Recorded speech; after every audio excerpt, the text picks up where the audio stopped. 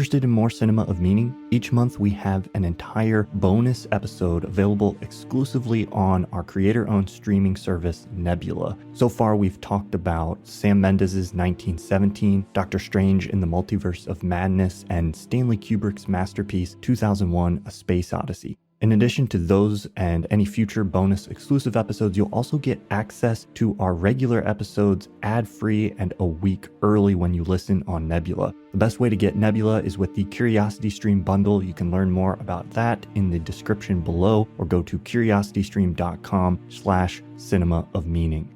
You can even plug the Nebula feed into a normal podcast player and listen wherever you like. Sign up today to get more Cinema of Meaning and access to all the other great content on Nebula.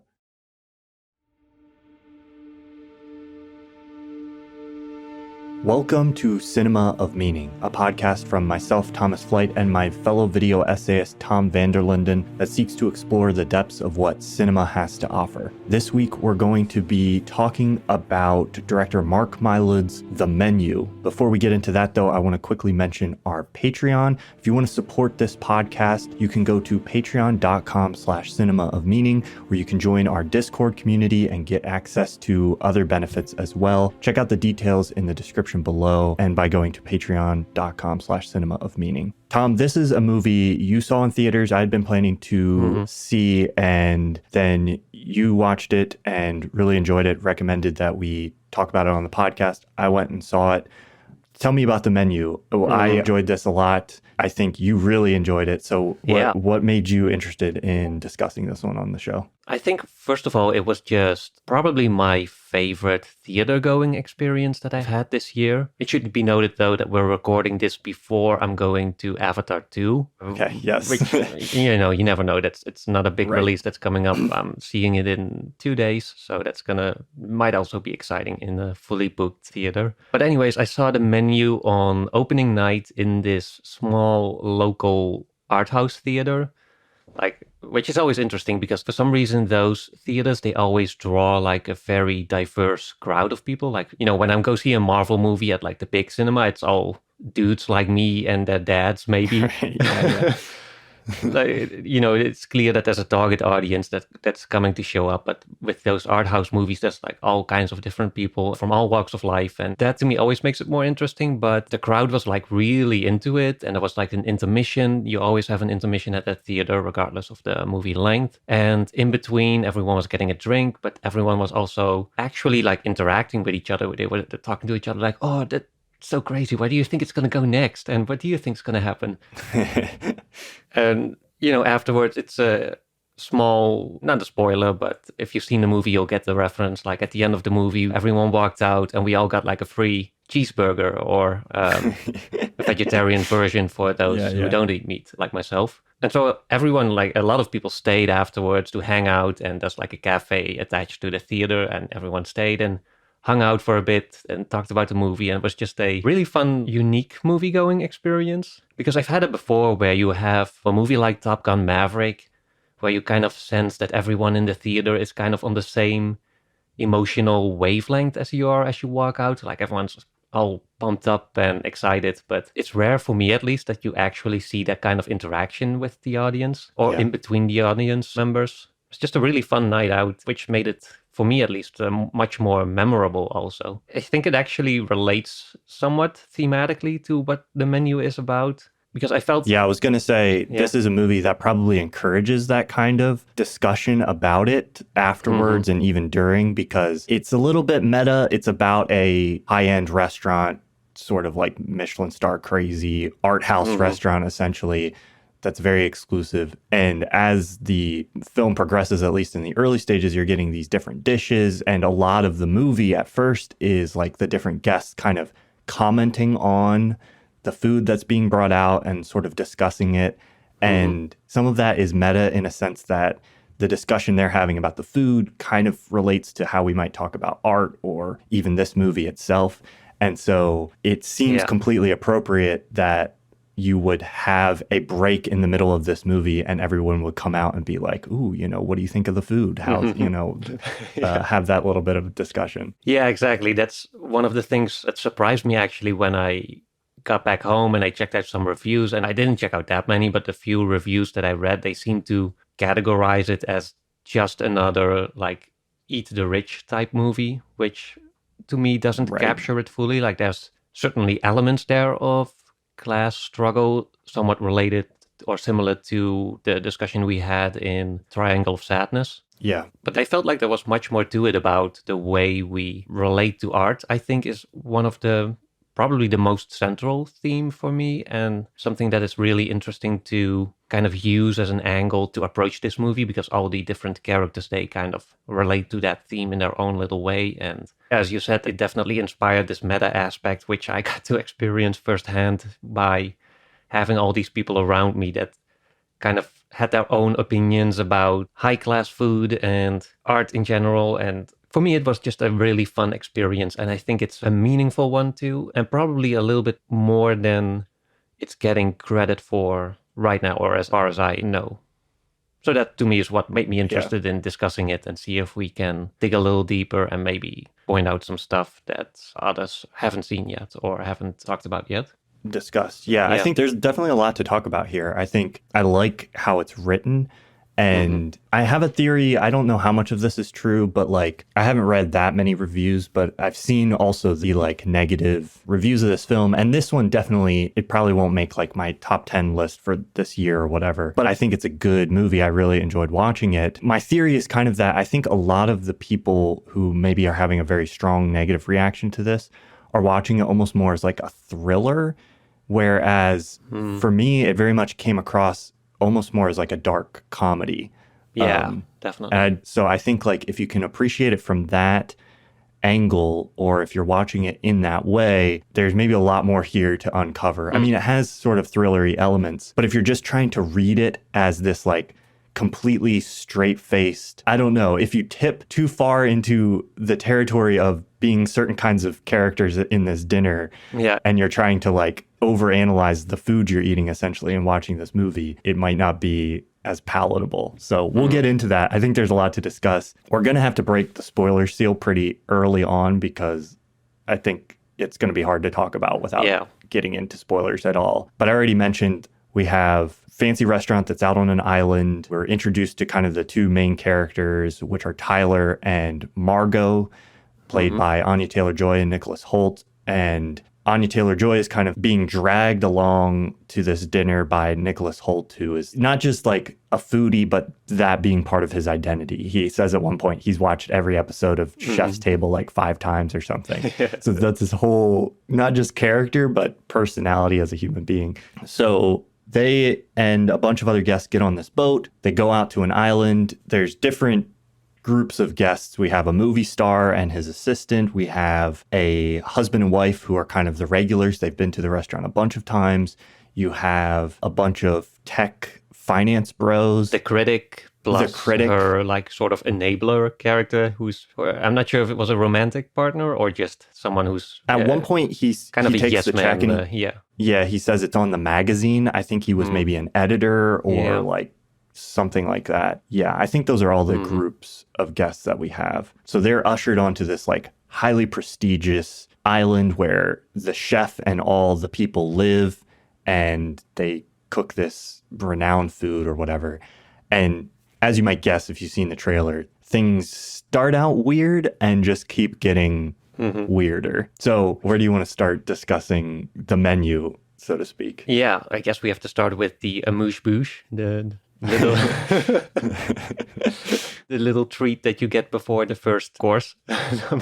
One thing I wanted to add to what you were saying earlier is that for me it was actually really obvious that it was a dark comedy. And like for me, like the theater was laughing like all the time.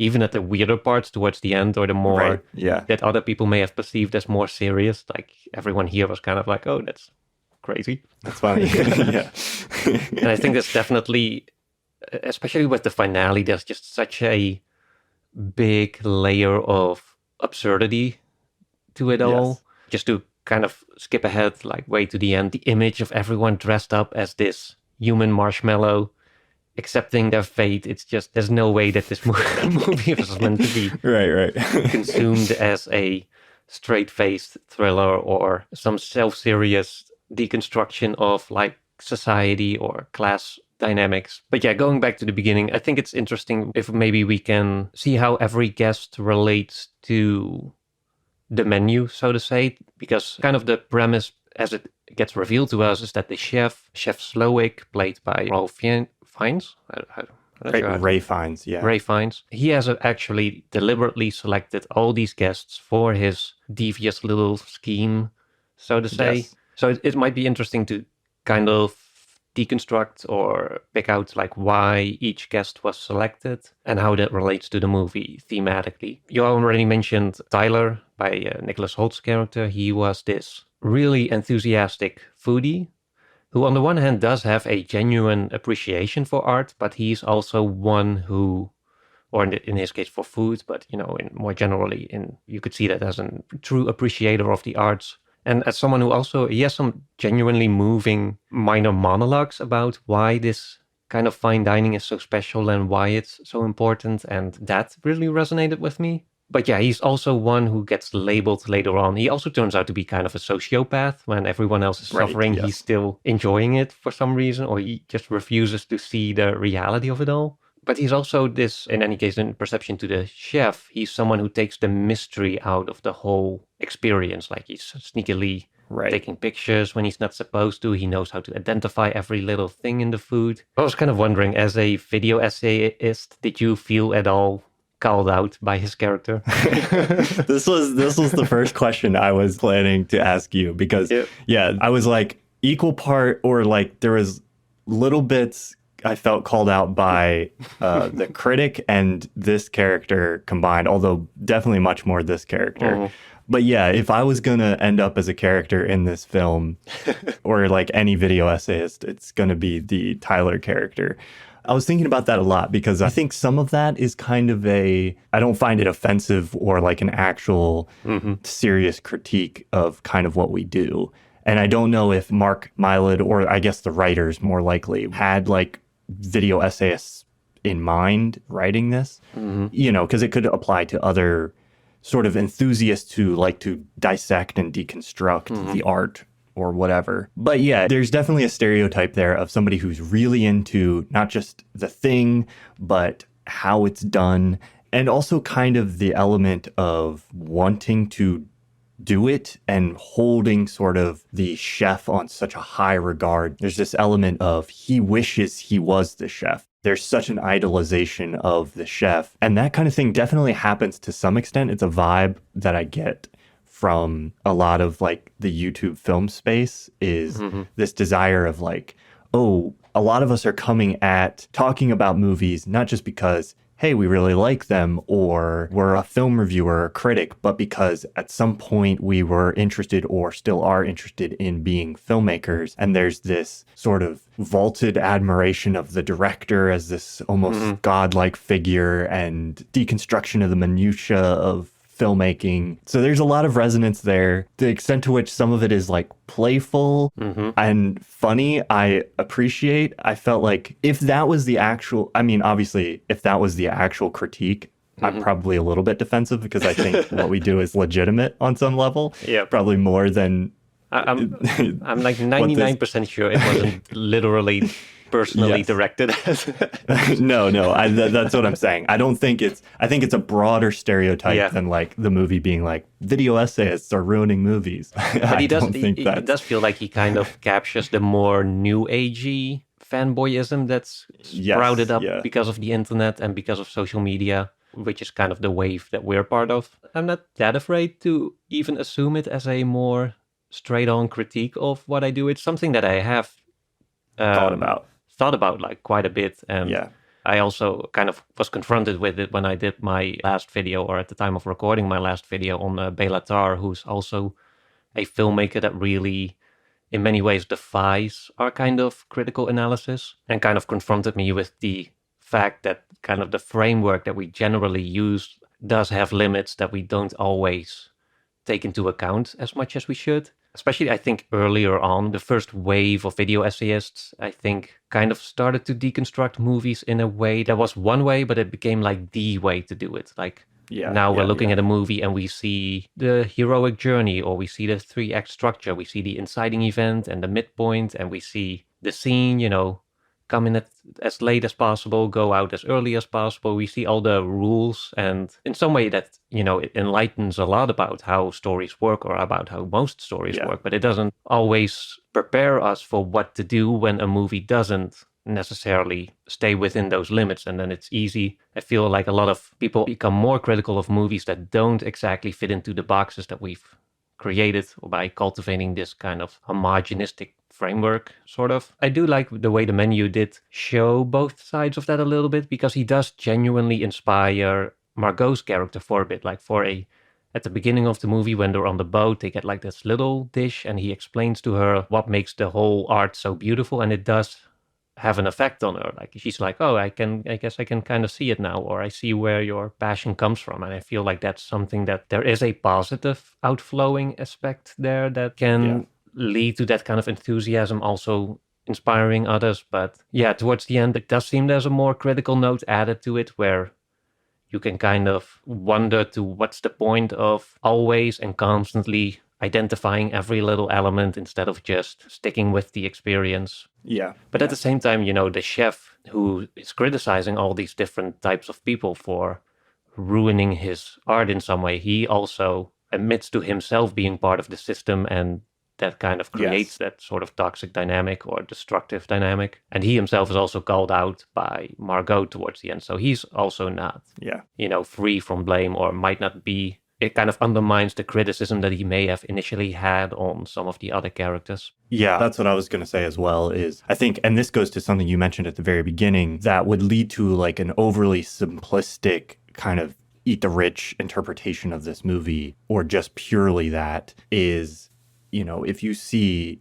the chef as the good guy, or read the whole room as they're all the bad guys, and the whole mission of the chef in this experience is kind of actually justified in some way, or I don't know. To me, it's really hard to read it that way, because he's portrayed as, I think it's much more about the toxic relationship between the consumers of the art and the artist in this sort of elitist structure, and all the ways in which it can become not about the thing itself and about enjoyment and meaning in the thing itself, but just like so many other things. So you have these kind of critiques that are leveled against criticism or different areas of the elements related to art or whatever. And it's not just purely presenting those critiques and saying, hey, here, these are valid. It's also undercutting the person who is kind of presenting those critiques. So I think it's a little more nuanced than just saying like, hey,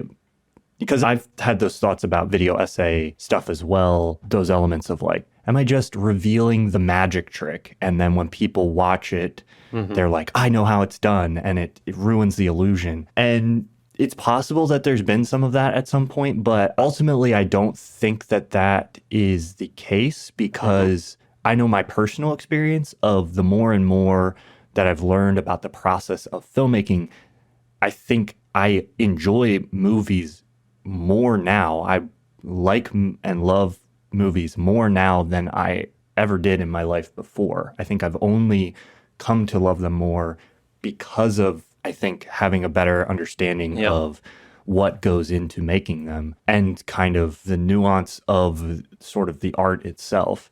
And there is kind of like an elitism to saying, hey, you're not allowed to reveal the secrets. What we do on set, what we do behind the scenes is this magical thing that nobody's supposed to talk about, or it'll ruin the thing. That in and of itself, I think, is kind of this elitist, definitely. almost toxic kind of glorification of the artist and the art beyond what it is. And that's kind of a central idea that this movie is kind of poking at and trying to deconstruct a little bit in the first place. I feel the same way about the critic. Like, I would call myself a film critic because I think that's the broader category that what we do falls into, but we're not critics. We are kind of on this podcast. In our in our YouTube stuff, we're not critics in the traditional sense, in that we're not just like writing reviews and being like, this good, bad, But I think the critique of oh, this critic wrote a bad review and put this place out of business, or this movie didn't do well because the critics don't like it. I think that's such a terrible take Yeah. because it's like, it's not the job of critics to like support the industry. It's their job to write their opinions about the stuff that and if you don't like that, you can like not listen to them. But I think blaming a critic for like putting a place out of business, is there toxicity in the critical industry in some areas? Maybe. I don't know. But I don't know. I'm almost more defensive about that critique in this movie than I am about the one that maybe is more accurately leveled against me, because it's just a take I don't find has much ground. I think it was more maybe about, they do point out that the critics put other businesses out of business or other restaurants out of business. But I'm not sure if that was the main issue, or that it was more about her own little power play and her own ego instead of... Yes. Because her dynamic with her partner, or the character she was with, that felt also really significant in a way that he would never say anything that would contradict her opinion. He was always like, oh, yes, you're right. Oh, yes, the way you just said it, that's correct. So it felt like she wasn't genuinely reviewing businesses or restaurants on their own merit, but more trying to review or elevate her own position as this revered critic who has the power to put places out of business. Yeah. Which I'm guessing that's a tension that might exist between any form of art or any form of business and the people who are professionally reliant on their job to critique that. And also one thing I wanted to add about Tyler's character is that one significant part of the movie is that he's also at one point put into the kitchen himself, where he, after all this enthusiasm, all this passion, after seeing all the Chef's Tables episodes 5 times, he still unable to put together a dish. I like the way every course there's this text on screen with just kind of explains what it is, and his meal is just described as undercooked lamb or something. Total lack of cohesion. Although that was also kind of an unfair situation. Like, he's under the threat of death and he's kind of pressured by having to perform in front of all these chefs, not just the one he idolizes the most, but all of them and all the guests. So I'm guessing that under that kind of stress, you would not be able to perform as well as he would just in the comfort of his own home. But that does kind of add to that extra little bit of what maybe some of us on YouTube might have, where we feel like we have the passion to make great movies or the passion to identify what makes a movie great, but that wouldn't necessarily translate to any actual skill if we were to be placed inside the kitchen. And if like tomorrow Martin Scorsese comes to my home, drags me out, puts me on a movie set and says like, okay, now you go do it. Yeah. I'm 100% convinced like there's not going to be a great result. That it's going to be undercooked lamb with leeks and shallots and butter. Total lack of cohesion.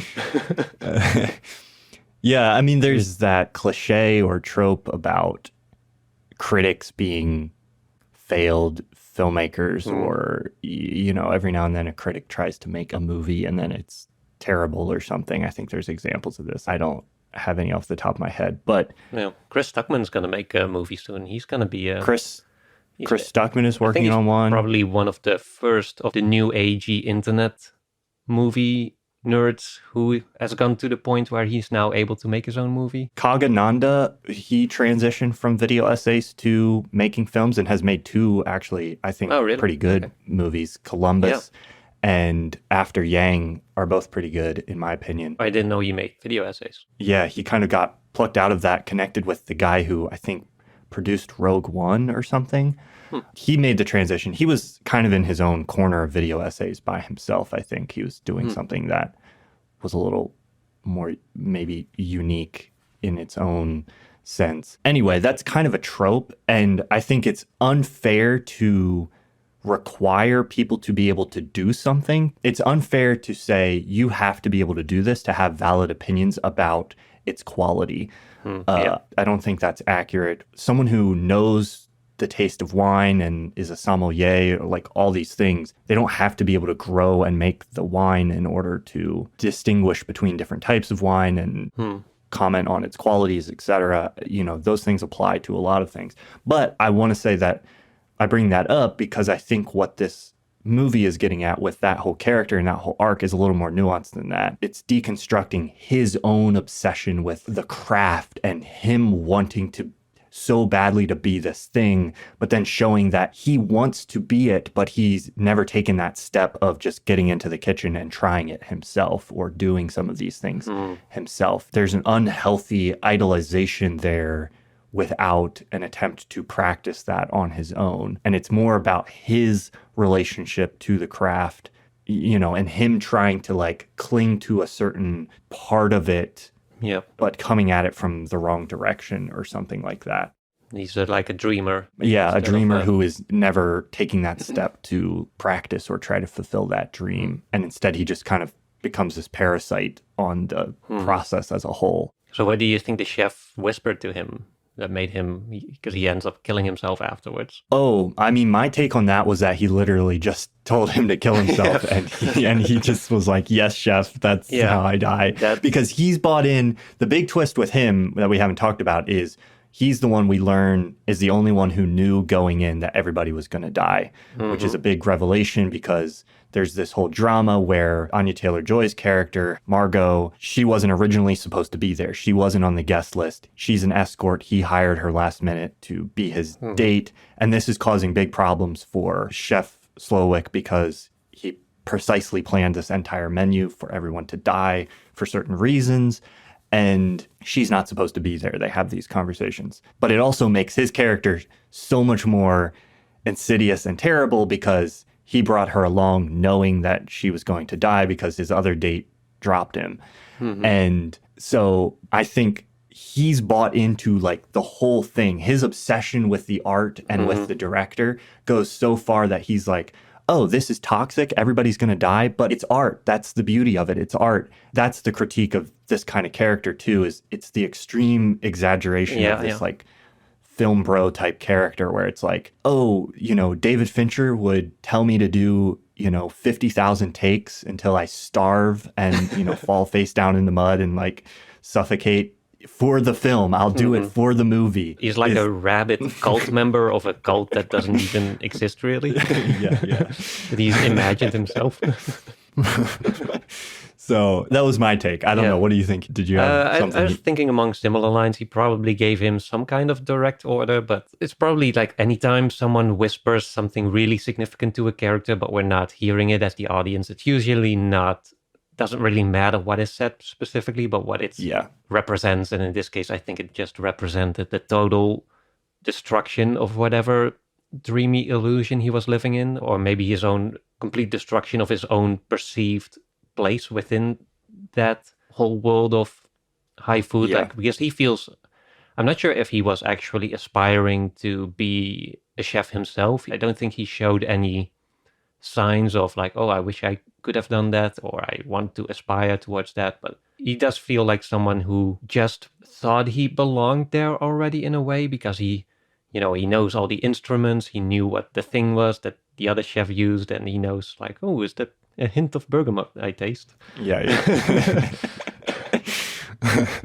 I love that whole scene where he comes over, the chef comes over, and he starts like just buttering him up. It was probably my favorite part of the movie.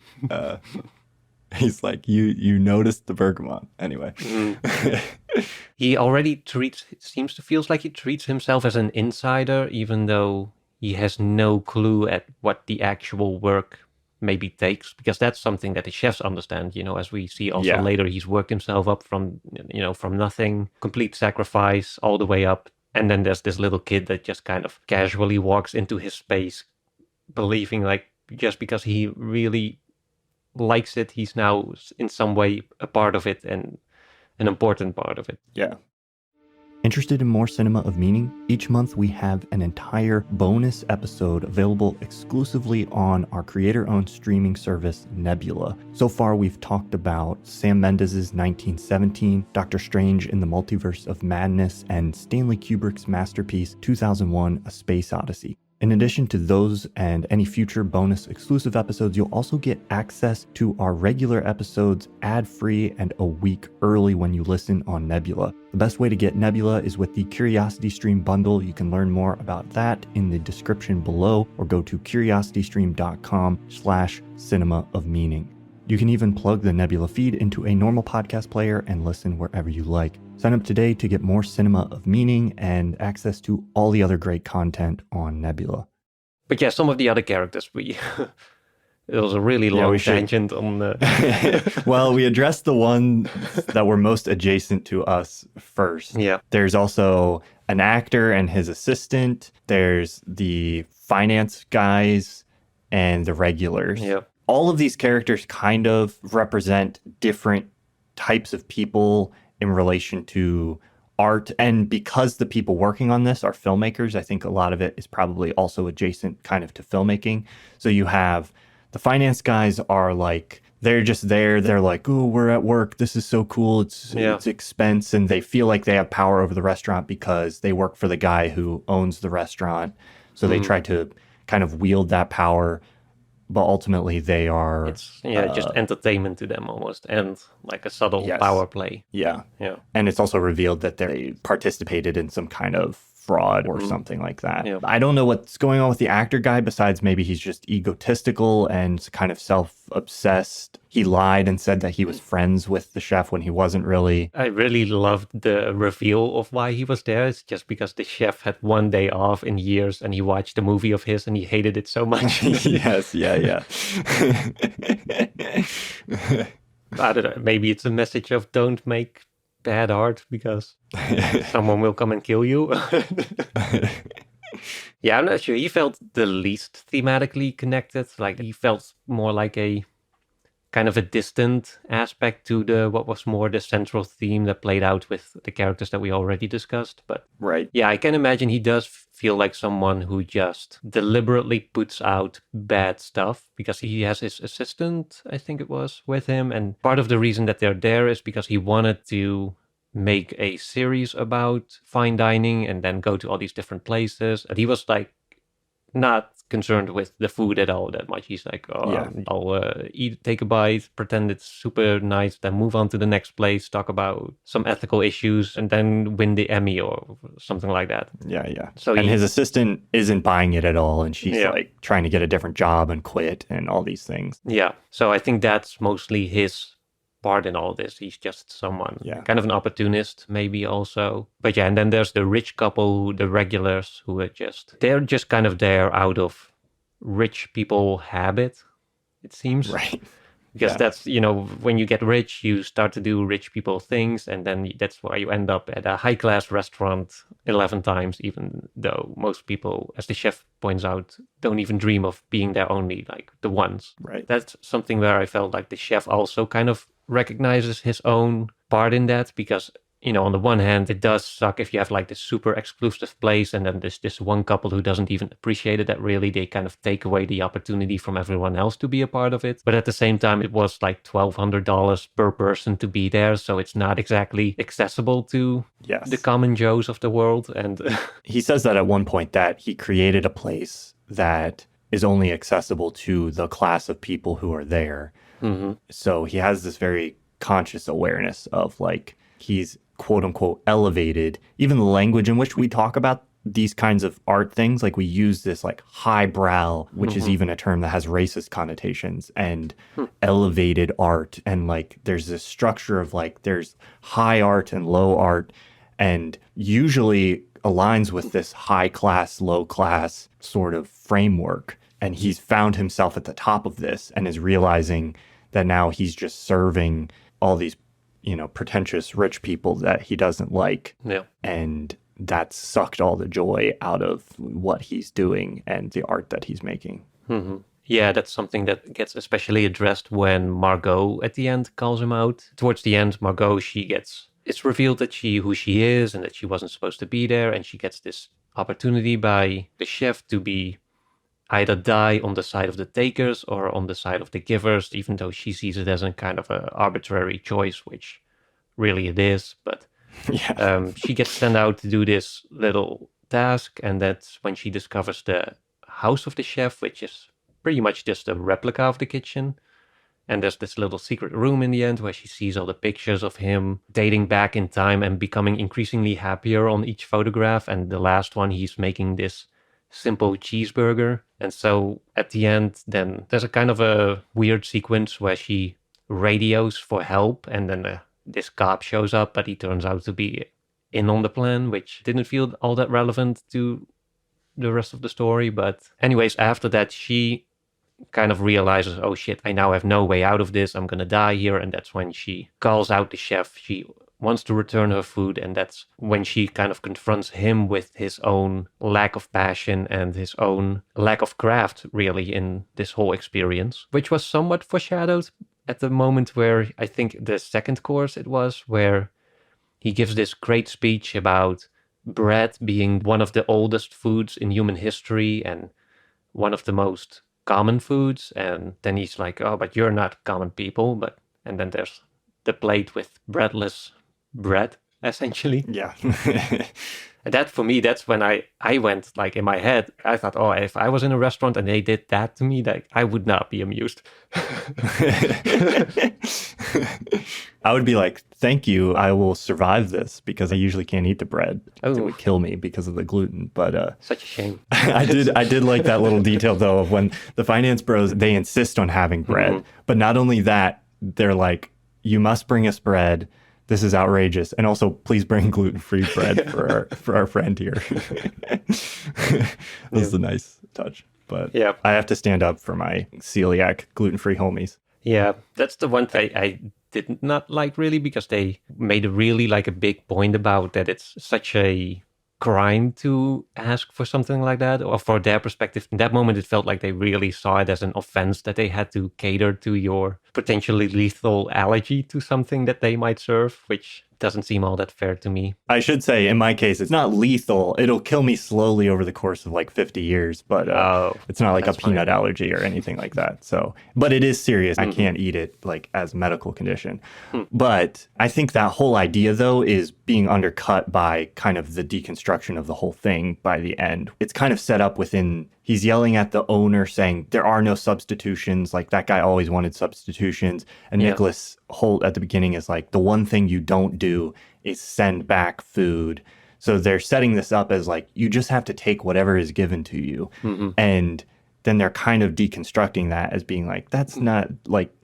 So I think there's this interesting thing at play here where this relates kind of to what we were talking about earlier with the critic and Nicholas Holt being this art lover. It's not that the art, the food is so that you're not allowed to engage with it critically, but it's more about how and why you're doing that. And I think that was one of the ways like Ray finds the chef is playing into this kind of toxic relationship, is he's the one who's going like, my thing is so pure and good.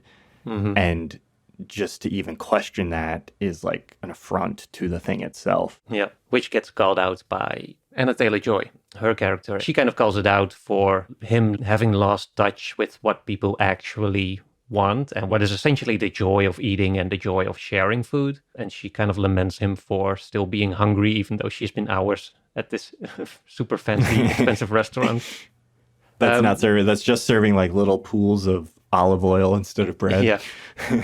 One thing I'll also add to what you were saying about that setup, and then, you know, it sets up this restaurant and you kind of buy into it, but then it slowly deconstructs and it kind of undercuts itself. I felt like you also really see that in the relation between the audience and Tyler's character and Margot's character, because I felt like at first, like I connected more with Tyler, like he was the true enthusiast. He was really into the concept, and I was kind of inspired by his passion in the same way that Margot also was a little bit at the beginning. And so when Margot was kind of throwing her little fit about there not being any bread and she didn't want to eat it, like I kind of sided with Tyler in that moment, where he's like, you're here for this experience, just try it out, you know, just be open-minded, go with the flow, see where the story brings you. Even if you don't have bread now, there's probably going to be more afterwards. You're not going to go home hungry, just stop acting like such a child, he says it. But then later, as the whole concept of the restaurant starts being questioned, that's also when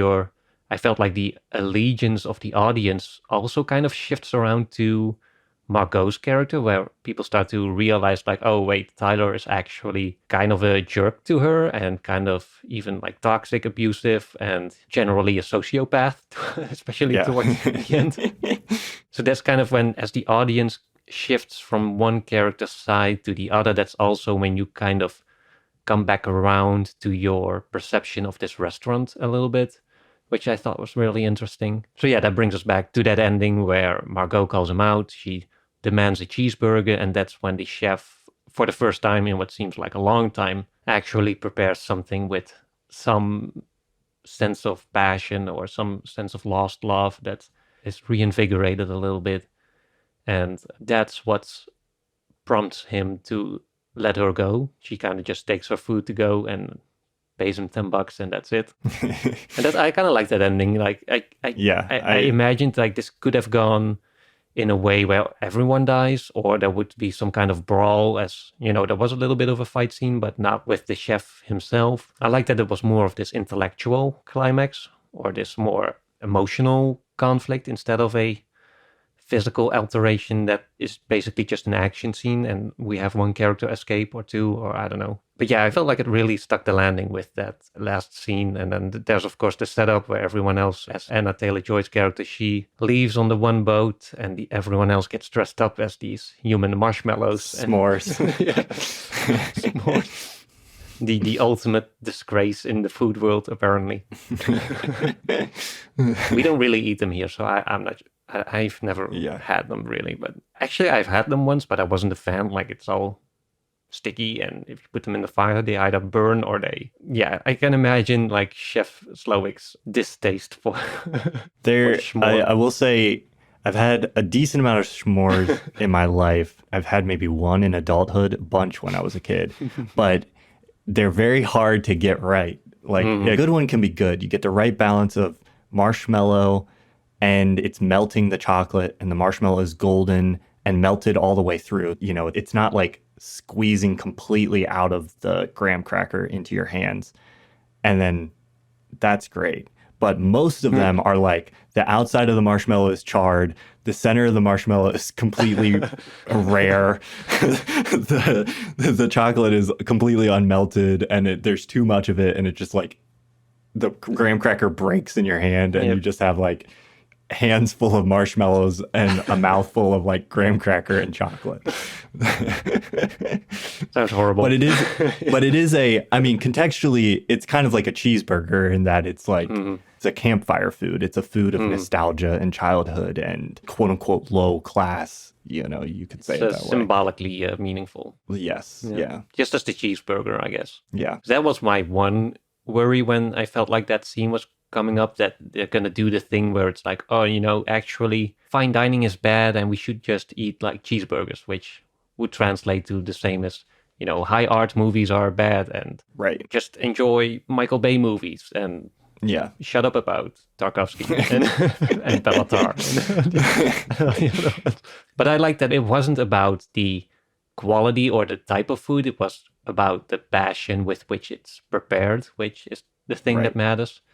And which is something that's the deciding factor in whether you enjoy something or not. And I feel like I've always kind of had that. Like, I can enjoy a Michael Bay movie because I know the kind of passion he puts into it. I know, like, Zack Snyder also puts a lot of passion in his movies, and he really seems to enjoy making them, and you can sense that through his films. So I appreciate that in its own right just as much as I appreciate a Malick film or Bergman or whatever.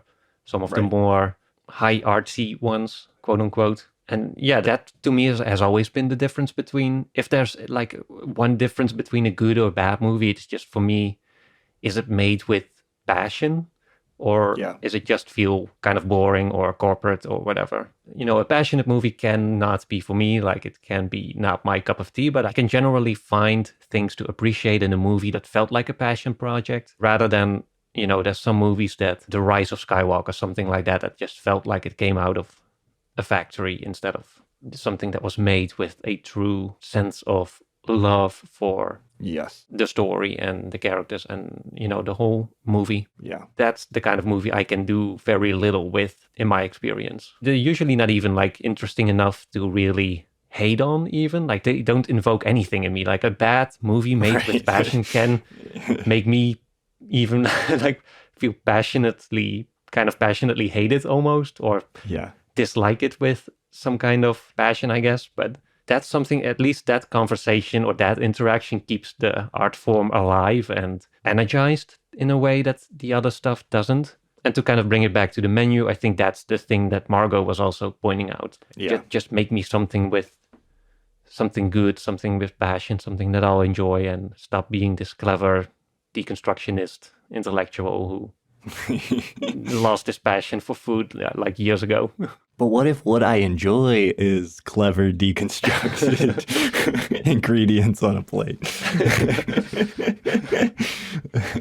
Well, if he was able to make that with passion, then maybe it would have been fine. Yeah. But yeah, at the point where you're just doing that for the sake of doing it, or out of some sort of resentment, or I totally agree in that. I think a lot of what bothers me in both film and television is this feeling that I get sometimes watching certain things where it doesn't feel like the people making it really made it because they wanted to make something. It feels like it came from the other direction. There was a company or an executive somewhere who was going, we need a third Star Wars movie, or hey, we have this intellectual property. What can we do with it? Because that'll make money. Or they're creating slots to be filled, and then they're finding stories and people to make the things that fill those slots. Not everything that follows that trajectory is terrible, but a lot of it just feels lifeless in a way that somebody having something to say or something interesting they want to do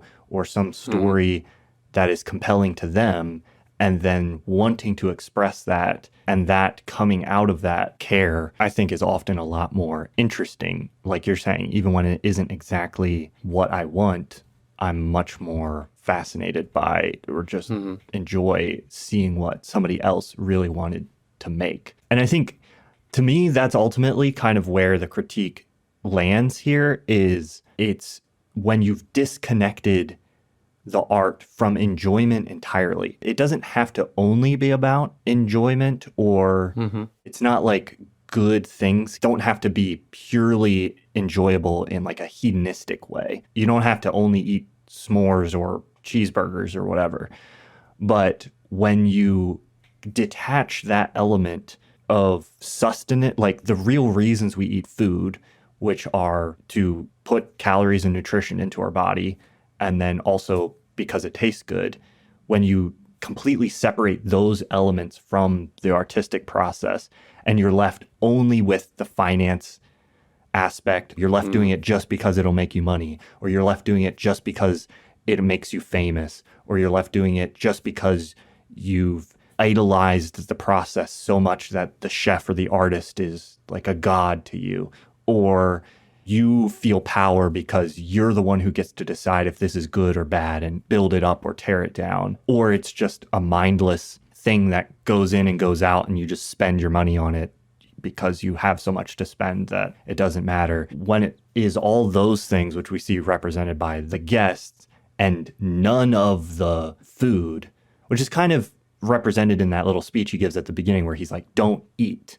And it's like, but that's the whole point of food, is to eat, in a sense.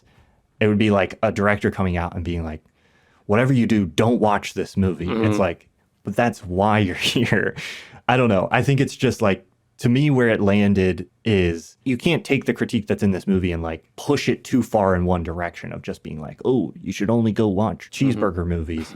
But you can't disconnect the love of something or enjoyment or whatever from the process, or it just becomes toxic. Yeah, I agree. I think that pretty effectively summarizes the movie. I think that the thing with the don't eat was just to say, like, don't just stuff it inside, don't just nurture yourself, but really engage the senses, which is something that does hold up to me to some extent. It's interesting because it's really a movie where every character says, or most of the characters, at least on the creative side, they do have genuinely good things to say, or maybe things that kind of were left over from the days when they were still passionate about it. I also really liked, for example, the way the chef points out that what they do is essentially meaningless, and that the real beauty of the thing that happens with food is actually what happens outside in nature, where you have all these raw elements engaging with each other, interacting and feeding on each other, and we're just kind of trying to make sense of that in our own little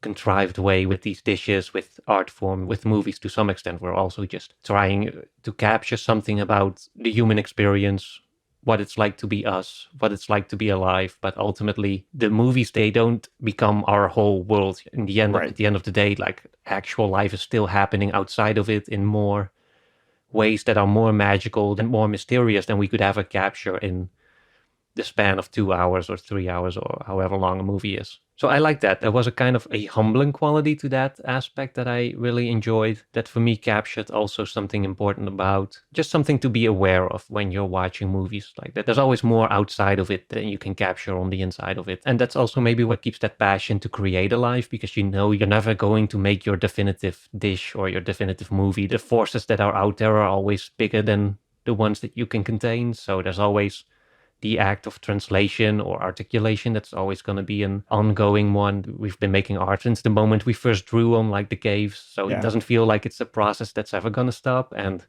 the same with food too. You know, food has always been not just a source of nurture, but it's also been a social, communal aspect. And there's always been different meanings to different kinds of foods. And yeah, I think that's in some strange way the movie made me really appreciative of that. So in that sense, it deconstructed its own perverted sense of art, but it also in that process gave me an appreciation for what it should be instead. And that's, Right. yeah, that's something that I really enjoyed. Yeah. So final question to wrap up on. This movie, like you just said, is kind of a deconstruction of art, high art, fine dining.